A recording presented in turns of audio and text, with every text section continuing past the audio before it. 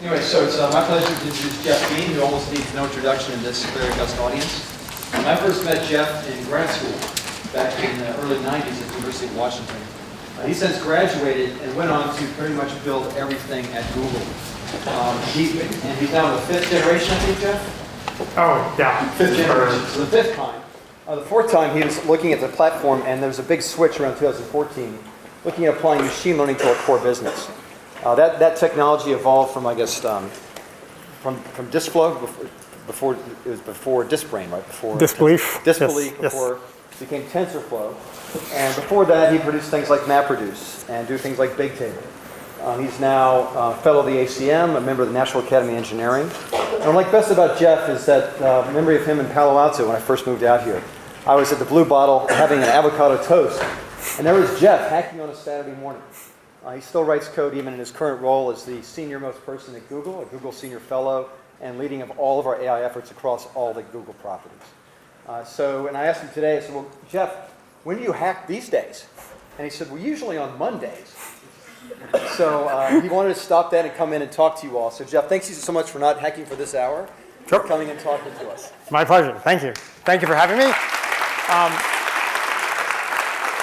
So let's see. First, I want to point out that what I'm going to be talking about today is some of it is my work with collaborators and colleagues, but some of it is work that I am not directly involved in, but I think is cool and that you should know about. So this is really joint work of many, many people at Google. And you might ask, why are we here? And I think the answer is that there's a lot of excitement in how machine learning can actually be used to change not just computer science, but like many, many different kinds of problems and industries in the world. And with the sort of early recent success we've had in the last sort of 5 to 10 years, people have really realized that this field can make a big difference in many things. And so more and more people are entering the field of machine learning to do both fundamental research in the field, to try to apply it to lots and lots of different kinds of problems. And that has resulted in a tremendous increase in the growth of computer science machine learning research output. So this is a graph showing the number of research papers in the machine learning field, subfields of Arxiv, which is a preprint hosting service. And it's actually growing at more than doubling every 2 years, which is kind of the exponential growth rate that we got used to computing performance to grow for the last 50 years due to Moore's law, although in the last 10 years that's sort of faded out. But we've replaced growth in computing performance with growth in research output in machine learning. We shall see which is going to be more useful, but that is where we are today.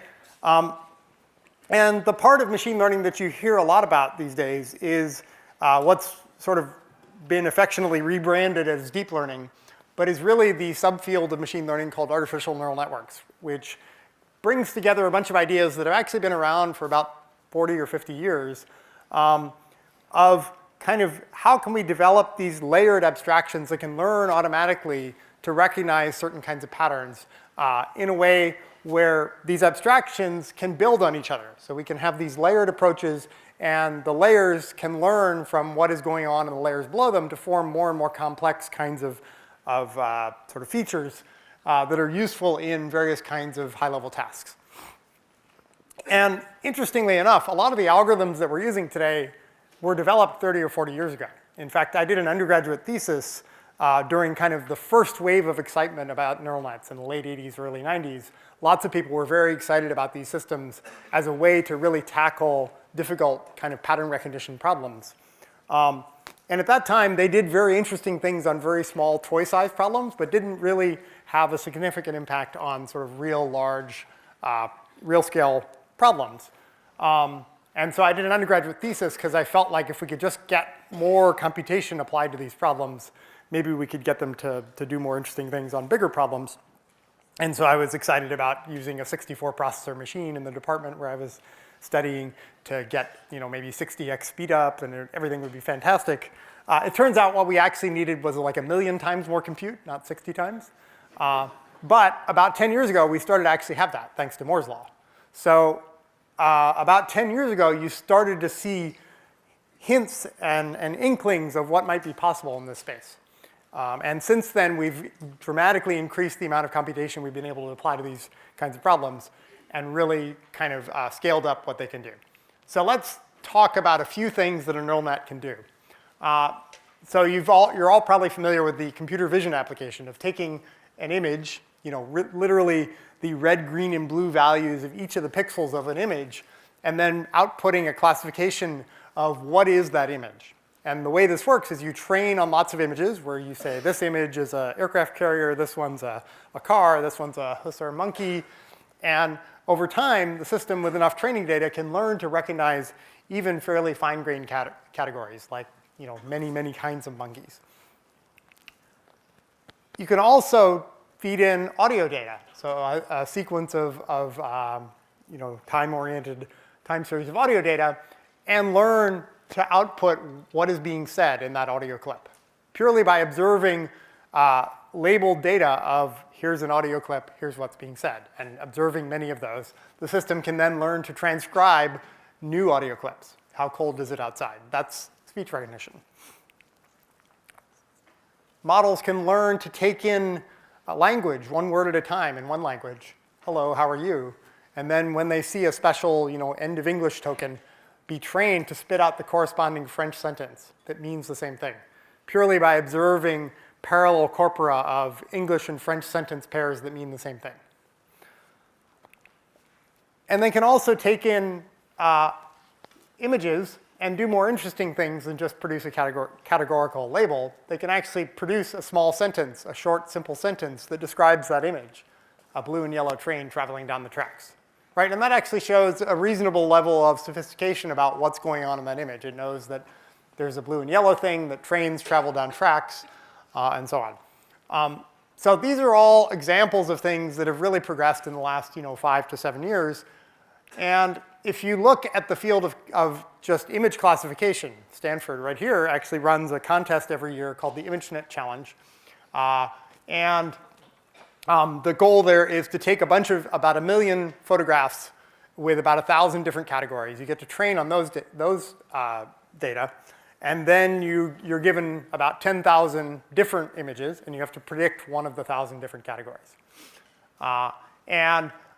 In 2011, the year before people started using deep learning and deep neural nets for this problem, the winning entry got 26% error.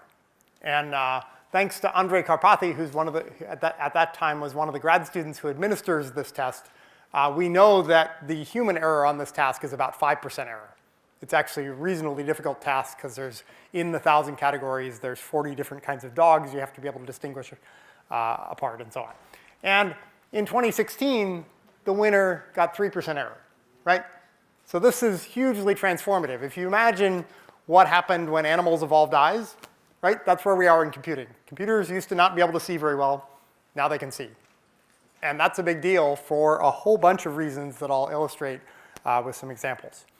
And we've had similar improvements in speech recognition and language translation and things like that.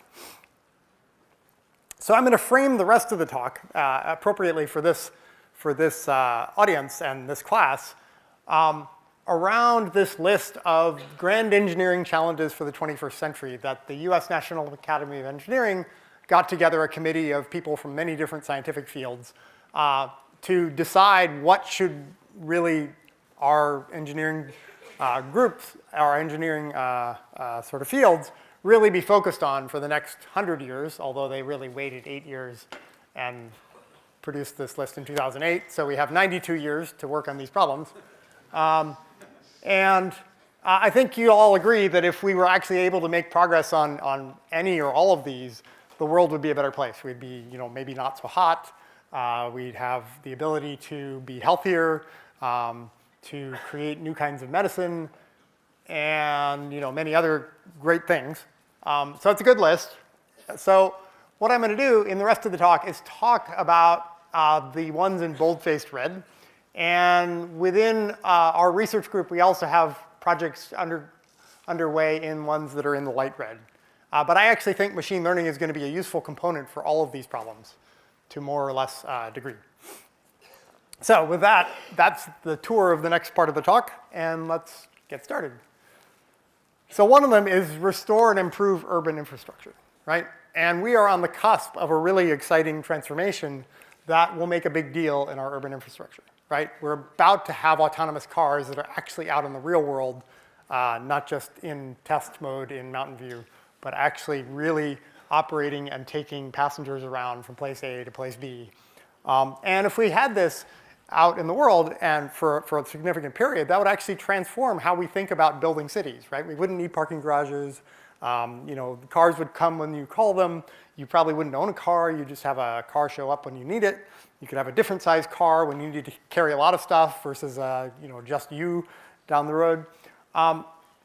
And fundamentally, autonomous vehicles actually rely on being able to take raw input data from various kinds of sensors, in particular LiDAR, cameras, and radar, and fuse that all together and build a high-level understanding of what's going on around the car so that you can understand, well, that's a car next to me, that's a light post, it's not going to move, that's a pedestrian, that pedestrian might actually move, so that you can then learn or decide what are safe actions to take that accomplish my goals.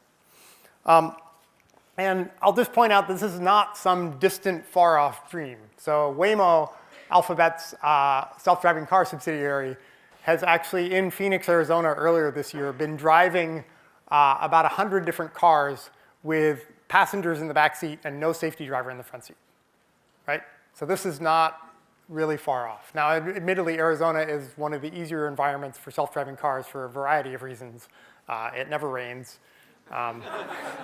It's hot, so there aren't any pedestrians because it's too hot. The other drivers are fairly slow. And the streets are nice and wide and straight. But we're also testing in about 25 other cities around North America. So, this is not really far off. This is like on the cusp of reality, and it's going to be pretty important.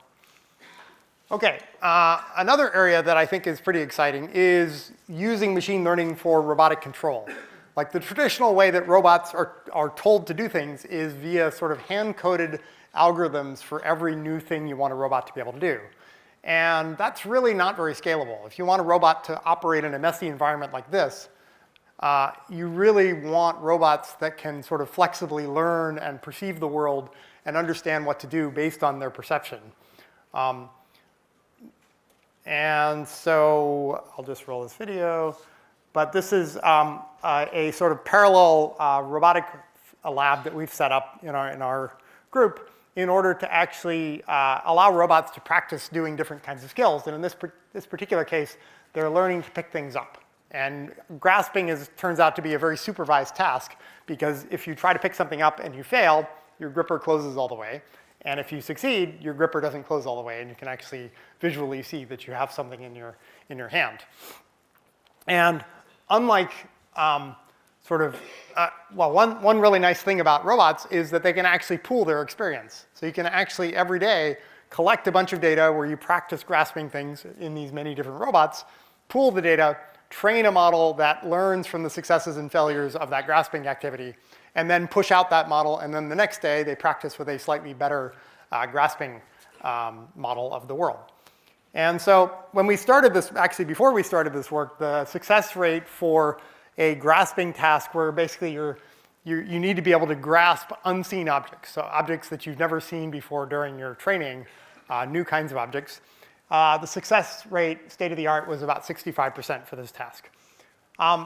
And in 2016, we set up this parallel farm and were able to gather a lot more grasping experience and grasping training data, about 700,000 grasps, whereas that earlier work used about, I think, 30 or 40,000 grasps. So more data generally helps. That got us to a grasping success rate of about 78%, so a pretty significant improvement.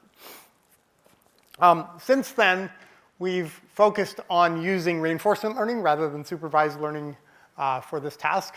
And we've now gotten to a 96% grasping success rate, which is a pretty big deal. Because if you want robots to really do anything in the world, a pretty fundamental capability is to be able to pick something up and sort of move it around. And if your success rate is 65%, it's actually very hard to do more complex things. If a third of the time you try to pick something up, it just fails. But now it's starting to become something where you can actually sort of reasonably depend on being able to pick something up. So we think that's pretty important. And another way that we think robotics is going to be changed is in how robots acquire new skills.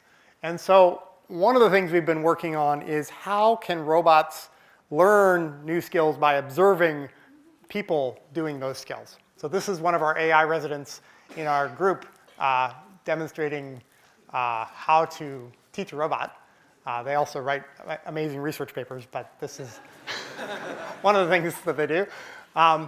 And so there you see that robot in simulation emulating the video that it actually observes. And here on the right, you see a robot that gets to observe a few short clips, I think 15 clips of people pouring things into different kinds of cups from different angles.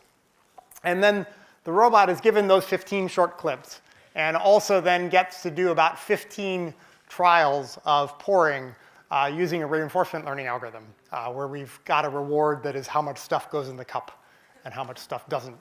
And what you see is with about 15 minutes of experience trying things out, plus those short video clips, it's actually able to do a reasonable job of pouring things. I would say kind of it's at 4-year-old human level, not 8-year-old human level. But if you think about that compared to a hand-coded control algorithm, how would you write a hand-coded control algorithm to pour something? It would be brittle. It would take a really long time to write the pouring algorithm of exactly what sort of torque motor commands you'd want to give to the joints of the robot in order to actually pour. And if instead you can learn from observations, that's a tremendous amount of things that robots can learn from. If you think about YouTube, there's lots and lots of videos of people flipping pancakes or cracking eggs or tying their shoes or doing all kinds of more complex things that we might be able to leverage to learn robotic skills. Okay, one of the other grand challenges was advance the field of health informatics. And I'm going to take you through tours of a few different ways that I think we're going to actually influence healthcare using machine learning. So one is, one of the areas that we've been working in the longest in this space is in the diagnosis of a disease called diabetic retinopathy. So this is actually a side effect of diabetes. And there's about 400 million people at risk for this because they have diabetes that really should be screened for this disease every year. They're in many different parts of the world. And the way you screen is you go to an ophthalmologist, and they take a picture of the back of your eye that looks like that. And then they have an ophthalmologist examine that image to understand, are you showing symptoms of diabetic retinopathy? And in India, for example, there's a tremendous shortage of ophthalmologists. And so all the people that are at risk can't get the screening that they really need. They should be screened every year. And as a result, 45% of patients suffer vision loss before they're actually diagnosed. And this is a real tragedy because this disease is very treatable if you catch it in time. So the treatment is relatively simple. It's really a matter of, can we get everyone screened? And the way that you screen this is you have an ophthalmologist look at it, and they grade these images on a 5-point scale. And it turns out that you can just use a conventional general image classification algorithm or model, but trained on ophthalmology data and the 5 different categories without really doing much else. So you gather a big training set of labeled images and 1, 2, 3, 4, or 5. It turns out that ophthalmologists are not super consistent when they're exposed to the same image. So if you ask 2 ophthalmologists to grade the same image, they agree 60% of the time on that number. And if you ask the same ophthalmologist to grade the same image a few hours apart, 65% agreement. Right? And that's a pretty big deal because the difference between a 2 and a 3 is like, go away and come back in a year versus we should get you into the clinic next week. Right? So in order to gather a high-quality training data set, we actually had every image in our training data set labeled by 7 ophthalmologists to reduce the variance. So if 5 people say it's a 2 and 2 people say it's a 3, it's probably more like a 2 than a 3. But once you do that, you now actually have a model that when trained is basically on par or slightly better than the average US board-certified ophthalmologist at this task, which is pretty cool. So this paper was published at the end of 2016. In the next year or so of this work, we actually wanted to do a bit better. And so there's a subfield of ophthalmology called retinal specialists. And they have more training in how to diagnose these kinds of diseases. And it turns out if you get your training data labeled by retinal specialists, and instead of having independent assessments, you use what's called an adjudicated protocol. So you take 3 retinal specialists, you force them to go into a room and agree on every image. Is that a 2 or a 3? That's the protocol we then used. And it turns out you can then have a model that is as accurate as basically a retinal specialist rather than a board-certified ophthalmologist. And that's sort of what you want, right? You want the highest standard of care possible. And it looks as though this approach makes it possible to have an algorithm that is as good as a retinal specialist at doing this particular task. And then you want people in the world to be able to have that treatment. So that's pretty cool. But this is something that ophthalmologists know how to do. A perhaps more interesting thing is we can actually do things that ophthalmologists don't know how to do from these retinal images. And this is a bit of a tale of scientific discovery. So we had a new person join the machine learning ophthalmology team.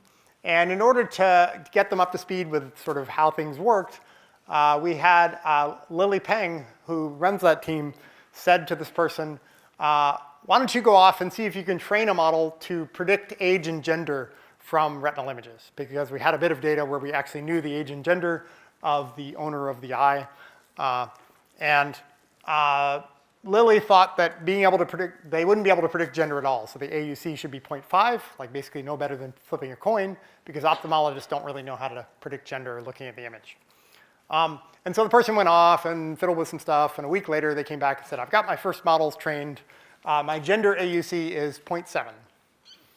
And so Lily said, that seems a little strange. Why don't you go off and check things a bit more and come back? And so they went off for a few more days, and they came back and said, OK, my gender AUC is 0.85.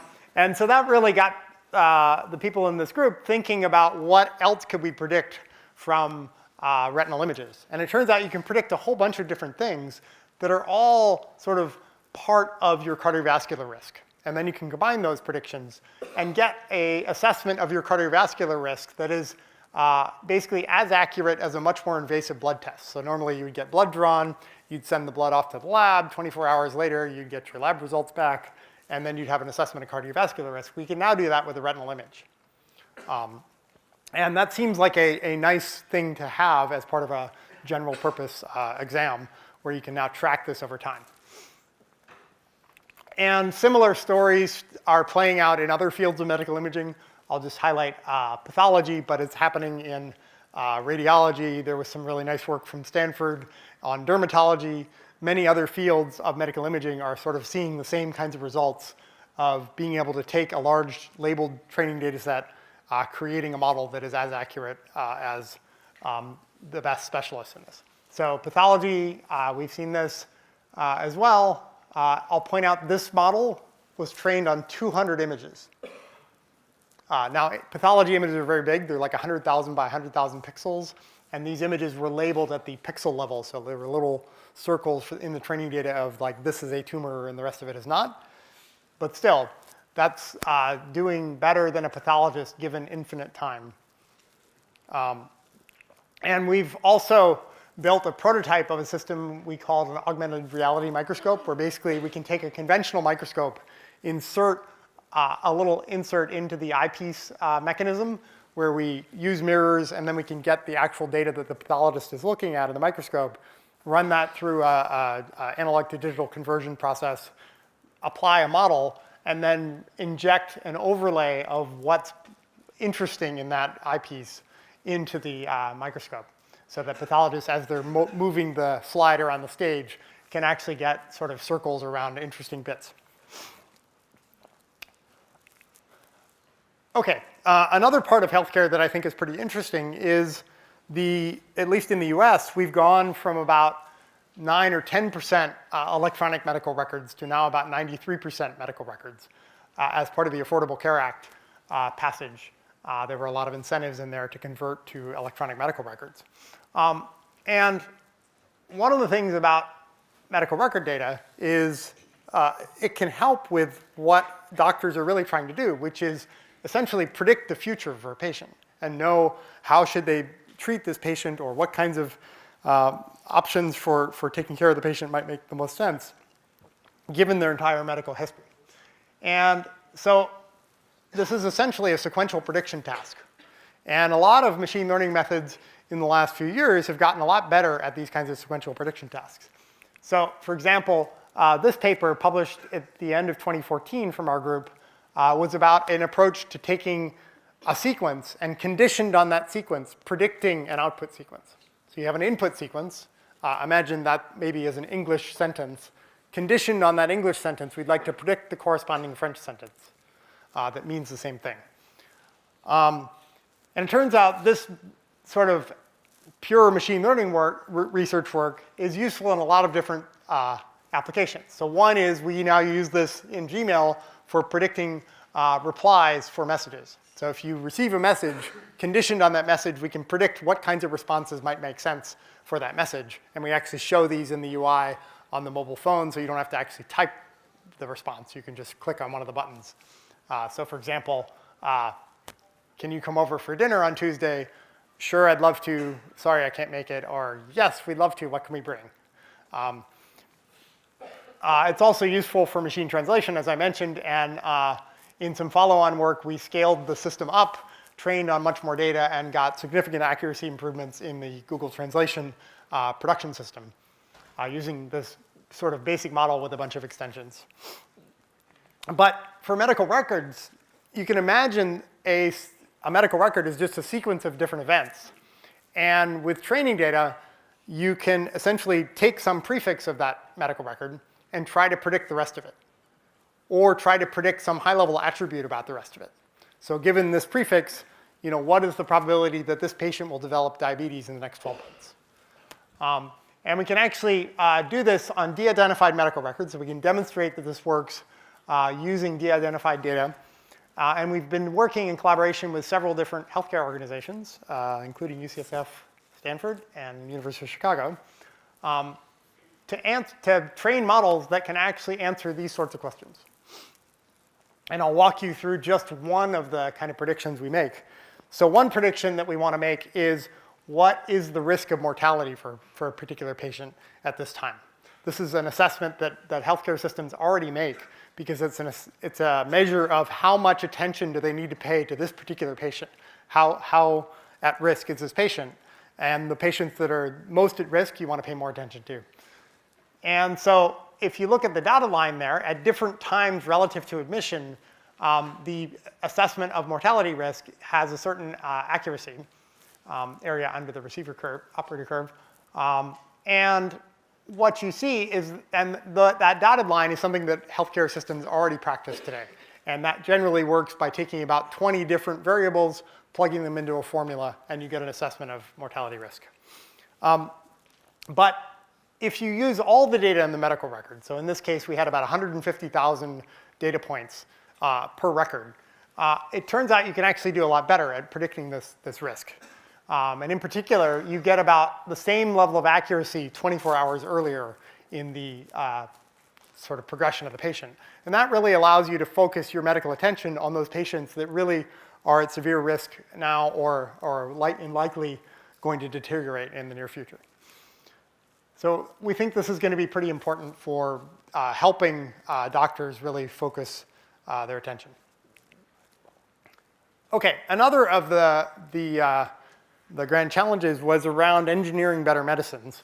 And a bunch of them actually require understanding of either chemical or material properties of different kinds of molecules or materials. So we've been doing a little bit of work in this space in essentially a problem in quantum chemistry. So in quantum chemistry, quantum chemists often want to take a molecule configuration and then predict or understand various properties of that molecule. So basically, is it toxic? Does it bind with this or that? What are its quantum properties? And so on. And the way they typically do this is they have a fairly computationally intensive, a sort of more traditional high-performance computing style simulator that simulates the molecule at very fine-grained time steps. and eventually can output that information after about an hour per molecule configuration. Now, it turns out you can use that simulator as a teacher for a neural net. And so you run a bunch of data through the simulator. You now have the inputs and the outputs that you wanted. And that system can actually generalize to new molecular configurations. And so now you have a system that does the same thing. It turns out you actually can't distinguish the accuracy of the neural net-based system versus the original simulator. And it's 300,000 times faster, right? And this is a pretty big deal, because if your tools get that much faster as a chemist, all of a sudden you think about doing chemistry differently, right? You might imagine screening 100 million molecules while you go make coffee, and when you come back, maybe you can find 10,000 of them that are interesting in some way and investigate them in more detail. And that just wasn't possible before. And I think this general trend of a really traditional high-performance computing-based simulation that does something, and then a machine learning model that can sort of be the actual inner loop of that thing rather than the traditional computation, is one that we've seen in several different fields. So we've seen it in earthquake fault simulation as well. We're seeing it in other kinds of simulation work. And we think it's pretty interesting. I'm going to skip that. OK. So one of the vaguest of these grand challenges was to engineer the tools of scientific discovery. And I think they kind of threw this in as like a catch-all bucket for the end. But it's pretty clear that if machine learning is going to be a big important component of how we make progress in some of these problems, that we should have tools that allow us to easily express new machine learning ideas that also enable us to take machine learning ideas and apply them in a production setting where we actually want to take, run these things at scale, train large models, try out new ideas. And so TensorFlow is kind of the second generation system that our group has built for doing our own machine learning research and productionization of machine learning workloads at Google.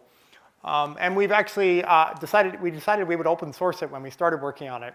And we released the first version in late 2015 under this Apache 2.0 license, which basically means take it and do whatever you want with it. We don't care. And it's had, the basic idea behind TensorFlow is it's a computation that it describes a data flow computation where the things that flow along the edges are tensors, sort of multi-dimensional arrays, and the nodes are different operations that you do to those tensors. And typically, the graph is described in some high-level language. Python is the most common. It's compiled and optimized. It can be mapped onto a bunch of different kinds of devices. So if you want to run this computation on CPUs or on GPUs or on TPUs, which I'll describe in a minute, that's all fine. And eager mode has been a recent introduction in TensorFlow that makes this graph implicit. So TensorFlow has had reasonably good adoption since it was introduced compared to a bunch of other open source machine learning messages, open source packages. And by open sourcing it, what we hoped would happen would be that a community would spring up both inside Google and outside to make the system better and to use it for all kinds of things. And so we now actually have about 1,600 contributors to this system, about a third of which are from Google and the rest are from outside, both big companies, small companies, individual sort of people working on their own, improving it. There's a big community around how do I do this or that with TensorFlow, and people help chime in and answer questions. And the nice thing is we've seen lots of applications, we've seen core improvements to the system, but we've also seen lots of interesting applications of it. So for example, I'll just go through a couple. One is there's a company in the Netherlands that makes fitness sensors for cows. And if you have a big herd of dairy cows, it's a little hard to tell which ones of them are not feeling that great today. And with TensorFlow, they actually analyze the sensor data from the cows and can tell you, Bessie number 73 is not feeling so swell today. There was a nice collaboration between a group at Penn State and the International Institute of Tropical Agriculture in Tanzania, which together built a system that can run a TensorFlow model on device, so on a cell phone in the middle of a field with no network connectivity, that you can take a picture of your cassava plant and it will tell you, what kind of disease does this plant have and how should you treat it. And this is really an example of how machine learning doesn't just want to run in giant data centers. It wants to run in lots and lots of places in the world. And so it's really important that the tools that we build support running in many different environments, including fairly low compute resourced devices like phones with no network connectivity. OK, so let me talk about AutoML, which is this idea of how can we use machine learning to teach machines how to learn better. And the reason for the motivation for this is that the current way you solve a machine learning problem is you have some data for a problem you care about. You have some computational devices, maybe a GPU card in your machine, or maybe a virtual machine in one of the cloud services. And then you have someone with some machine learning expertise sit down and make a bunch of choices and run a bunch of experiments to decide what approach should they use to solve this problem. And for example, for deep learning models, a machine learning expert might sit down and make decisions about how many layers should my model have? Should I have 17 or 27? Should it be 3x3 filters or 4x4 filters? Should I have skipped connections or not? What learning rate should I use? All these kinds of decisions. And that requires a fair amount of expertise. So you need sort of typically a master's level course in machine learning to really be effective at solving these kinds of new problems. And one of the problems is that there's so much opportunity for machine learning in the world, but very few people relative to the number of places that we could be using machine learning who actually have the skills to solve these kinds of problems. And so the idea behind AutoML is maybe we can automate some of the things that a machine learning expert would do and see if we can actually get high-quality solutions with less human machine learning expertise. And so we've been exploring this thread of research for a little while in our group. And one of the first papers that was published from our group is a technique called neural architecture search. So the idea here is I described all these decisions of how many layers should a model have, and should it have 3x3 or 5x5 filters or whatnot. Turns out you can actually have a model generating model that can generate a description of one of these models. And you can then sample from that model. It can give you 10 separate descriptions of models that might make sense. And then you can train each of them for a few hours on the problem you ultimately care about. And then you can use the accuracy of those trained models as a reinforcement learning signal for the model generating model to steer it towards models that seem to work better and away from parts of the model space that seem to not work so well. And then you repeat, and you repeat a lot.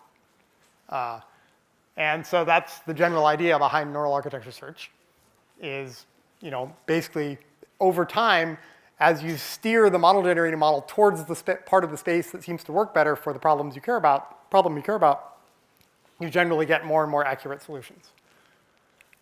And they look a little weird, right? Like a human machine learning expert would probably not sit down and design exactly that connectivity pattern. But they're reminiscent of some ideas that human machine learning experts have found to be really helpful in certain kinds of problems. So for example, these weird extra connections that essentially skip many layers are reminiscent of skip connections that are more structured in human designed machine learning models, where the idea is you want a way for information to flow more directly from the inputs to the outputs if that's what it wants to do. And so if you look at how well this does, let's compare this on the ImageNet problem I mentioned earlier. And let's look at accuracy on the y-axis and computational cost of the model. So when you have a new image, what is the cost of getting a classification for that image? And generally what you see is a trend where if you apply more computation, you generally get more accurate results. And so each one of these black dots here was sort of some paper published in the last 4 or 5 years by usually a group of 4 or 5 or more authors that advanced the state of the art in some way. And right. And so if you apply AutoML to this problem, it turns out you do better than that. And you do better both at the high end, where you care about utmost accuracy and don't care too much about computational cost. But you also do better at the low end, where maybe you want a really lightweight model that can run on a phone in the middle of a cassava field in Tanzania without a network connection. And so that's, I think, a pretty promising sign that there's something to this. And in fact, we've worked with our cloud team to productionize this so that people who have computer vision related problems and want to get a high quality model but aren't necessarily machine learning experts can just upload the training data set that they care about to our cloud service and get a high quality model back. And there's a whole bunch of threads of additional work going on in how can we apply this to other parts of the machine learning space. So one is exploring the use of evolution rather than reinforcement learning for the architecture search problem. Another is maybe we can learn the optimization update rule. So most of these optimization update rules have something like SGD or SGD with momentum or Adagrad or RMS prop, these kinds of things. Those are sort of a tiny fraction of the possible space of optimization update rules. We can actually symbolically learn update rules that maybe do even better. Learn the nonlinearity. We can actually incorporate the accuracy and the inference time into the reward function used by the architecture search problem so that you can say, I'd like a really accurate model, but please make it run in about 80 milliseconds. And then the system will explore the space of models that are around 80 milliseconds of compute and not much more. You can learn data augmentation policies. So one of the ways that the accuracy of these models is driven up is you take the limited training data you generally have and you augment it in various ways, usually by human design rules. So you might take an image and with probability 0.5, flip it horizontally. Or you might pick a random crop out of the image that covers maybe 80% of the image, and then every time you see that image, you might pick a slightly different random crop.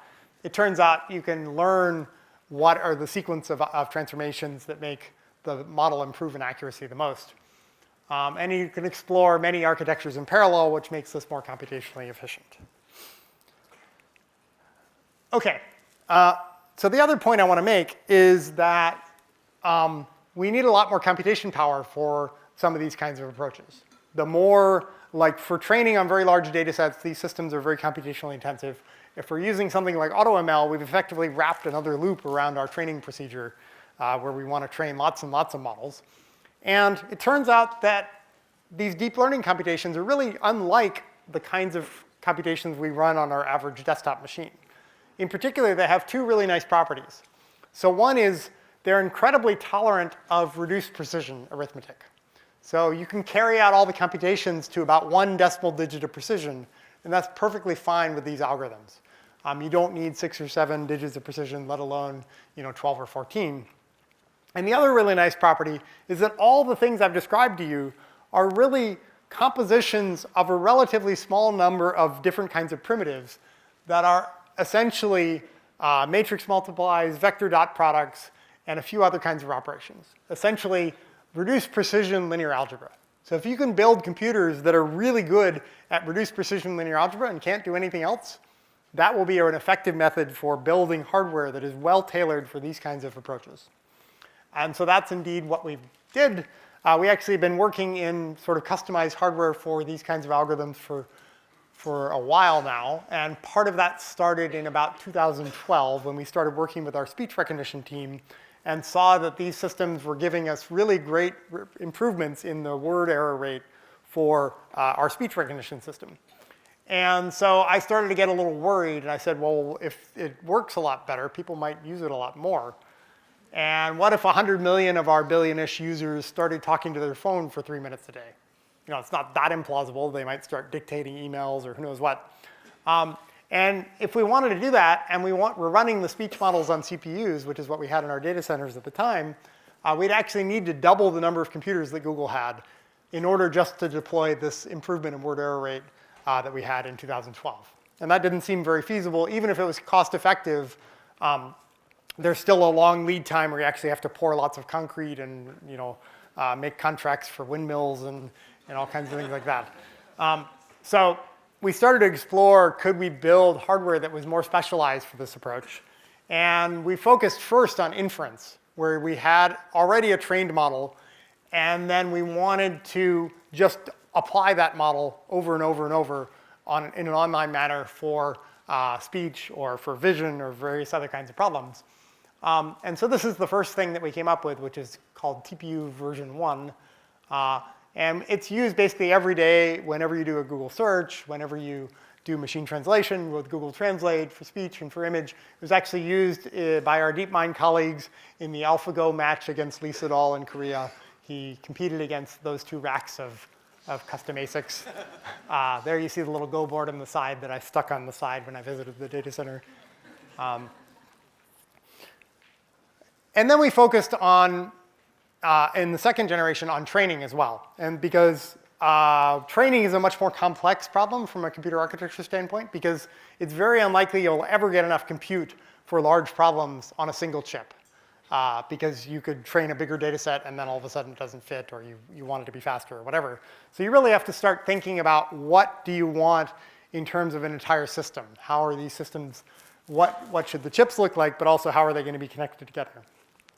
And so if we zoom into this second generation system and look at one of the chips, it basically is a pretty simple design. Think of it as a giant matrix multiply unit, and it has some other stuff. And it has really high-speed memory.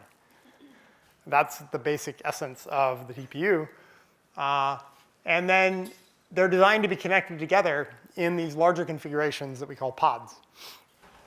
And so this is a TPU V2 pod, which is 64 of these second generation TPUs, 256 chips, connected together into a 16 by 16 2D mesh with about 11.5 petaflops of compute. The third generation, which we announced at Google I/O earlier this year, is roughly the same, but with a bunch of sort of modest improvements to the system. And also, it has liquid cooling, so that those things hold water. It's always a little scary when you have water that close to your chips. I'm told we've only had a few leaks, which is good. Those are designed to be connected together into larger pods as well. And in fact, these pods are significantly bigger. And so one of these pods is about a little bit more than 100 petaflops of compute, reduced precision compute. And so just as a slightly apples to oranges comparison, if you look at the #1 supercomputer in the world today, it's about 125 petaflops of double precision arithmetic. So this is about 105 petaflops of sort of reduced precision arithmetic.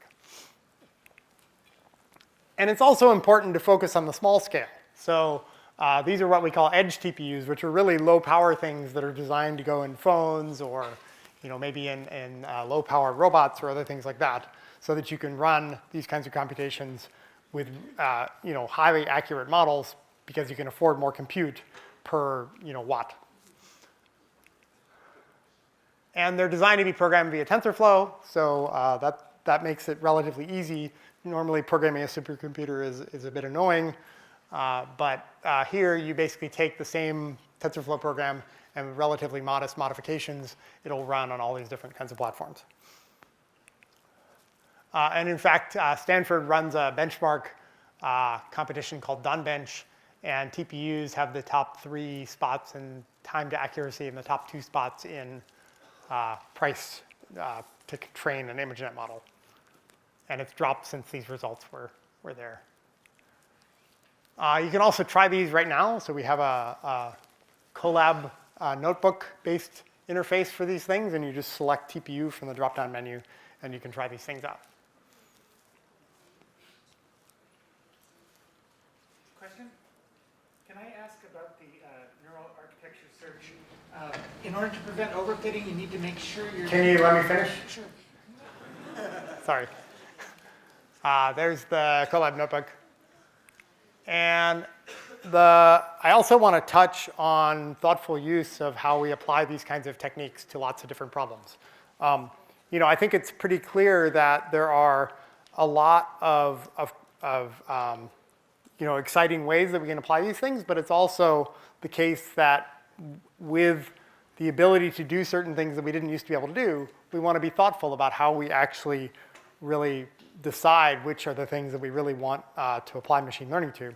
And I think it was really nice that we came out as a company with a set of principles by which we are thinking about how we apply machine learning and AI to different kinds of problems in the world. and also to make that public so that other people can benefit from our own internal thinking. This is sort of the result of our own internal thought process over the last couple of years, but actually now codified into a set of principles that we sort of adhere to. And I'll point out that the state of the art in many of these kinds of these areas is advancing. So these aren't just sort of 7 bullets of platitudes that we think people would like to hear, but behind each one of them, there's often a long thread of research to improve the state of the art. And so we think, for example, for number 2, that that's a really important issue, because when we train machine learning algorithms, we're often training on data that represents the world as it is, not necessarily the world as we'd like it to be, and we don't want these algorithms to perpetuate unfairness or bias that already exists in the world.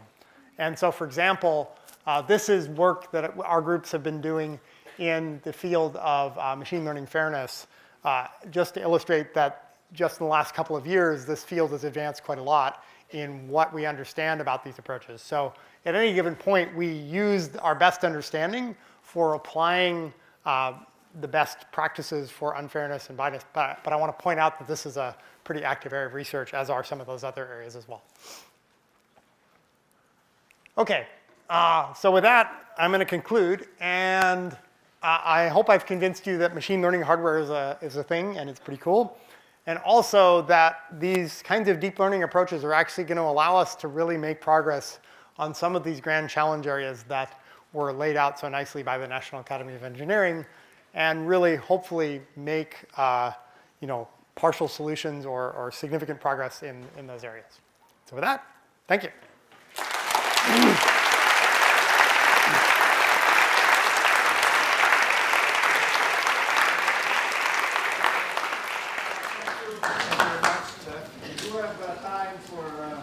Questions. I'm sure there are many questions, so maybe we can start.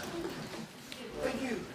I was fascinated by the neural architecture search. You have so many different areas of research, so many different directions.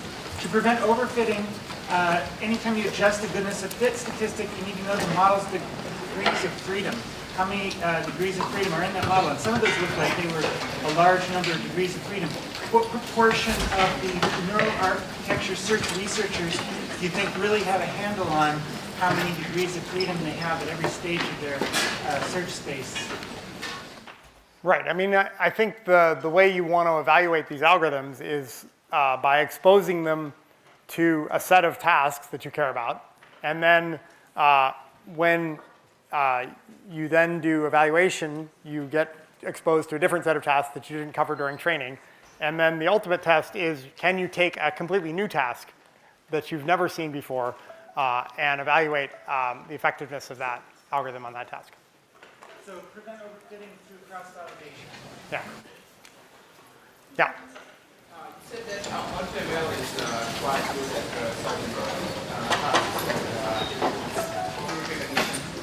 Why don't is widely used in category recognition? Well, first, it's fairly computationally intensive. So that maybe deter some people from trying it. But part of the point of our machine learning sort of hardware efforts is to drive down the cost of computation for these kinds of approaches to make this more practical for more kinds of problems. Yeah, and it's relatively new. Like the neural architecture search paper was published in mid-2017, I think. So, yeah. Can you talk a little bit about the state of the art of the black box problem and how we can maybe overcome that trust issue? Yeah, so one of the sort of dings on deep learning is that it typically is viewed as a relatively black box kind of model. You can't really interpret why is the model producing this kind of output. I think we've actually made a fair amount of progress on that in the last few years. So I think that it's not a completely black box in many cases. It's kind of a grayish box. And I think that's an important area of research. I didn't really have time to talk about it, but there's lots of research going on in this space. Particularly for image models, we now have a really good, good set of tools that help us understand why is the image model making a certain prediction or deciding these pixels are important. Even for the medical records description a problem that I showed you, a technique called the tension, which sort of allows the system to remember all the past states it's gone through and when it's making a prediction, and then look at the distribution of all those different states and focus on some of them that seem important when making a new prediction, that actually turns out to both improve accuracy and also gives you a way to visualize what is it that the model is focusing on when it's saying, you know, patient needs heart valve replacement. Because I agree with you there, it's much more actionable to say patient needs heart valve replacement because of this, this, and this, and this, than to just give that black box interpretation. Yeah? What are Google's plans for essentially TPUs or research groups or science publishing? Oh, yeah. So we are doing both. We actually are giving away TPUs to machine learning research groups who are willing to openly publish their work. So if you search for TensorFlow Research Cloud, you should find a website that describes the application process for that. And we also are selling them through our cloud to commercial customers who want to get basically a virtual machine with a TPU attached or TPUs attached. Okay, a couple more questions. Most of the examples you showed are about like supervised learning with large data sets. Can you talk a little bit about some like few shot learning or like how to learn from very few examples like a human can? Yeah, so I mean, I think this is actually a problem with how we're approaching machine learning problems today. It's supervised learning is incredibly effective, so people tend to get drawn to that. But you're right that it has the problem that basically for a new problem, you collect a large data set, you train it, and you generally get pretty good results if with a supervised training regime. But mostly what we're doing is today is we're taking a problem or a few problems that we care about and training a model to do those things. And then if we have a different problem, we're training a completely different model that doesn't get the benefits of learning from all the collective commonalities across all the problems we care about. So I think in the medium term, what we should be doing is training a single model for all the problems we care about, right? Like right now, we train, you know, we might have 1,000 or 1,000,000 different tasks we care about. We shouldn't be training a million different models, right? We should be training a single model, and that model should then be able to leverage the expertise it has in training those first 1,000,000 tasks so that when the 1,000,001st task comes along, we can actually utilize our experience for solving those other ones to get in a good state for that task with very few training examples. That's sort of where I think we need to be going. Okay, maybe one last one. Okay. In the center.